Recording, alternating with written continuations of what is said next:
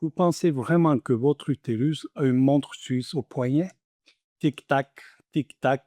Ah non, désolé l'embryon, tu es arrivé à 14h02. La porte s'est fermée à 14h.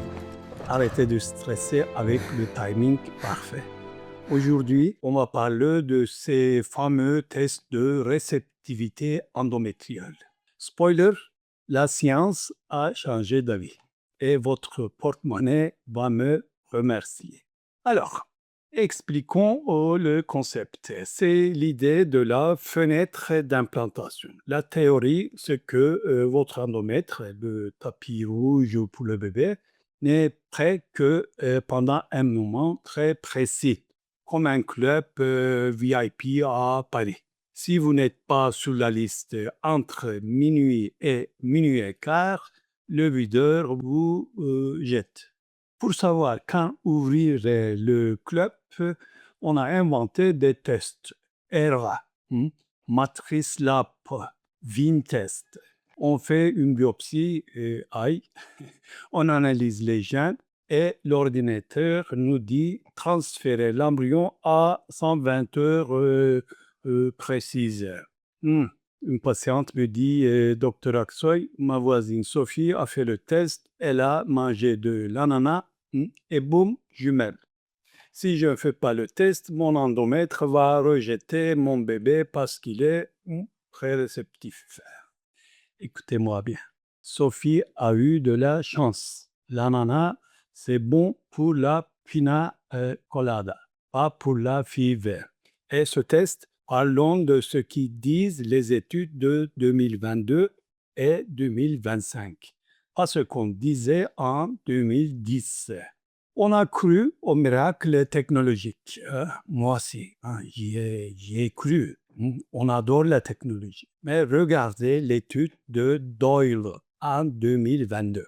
Une étude énorme aux États-Unis, 767 femmes. Ils ont comparé le groupe.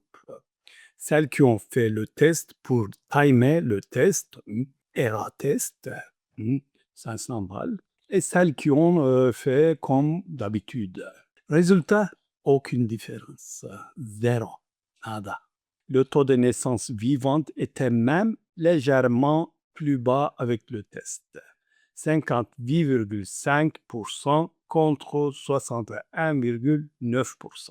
C'est comme acheter un GPS ultra sophistiqué qui vous fait passer par la rivière.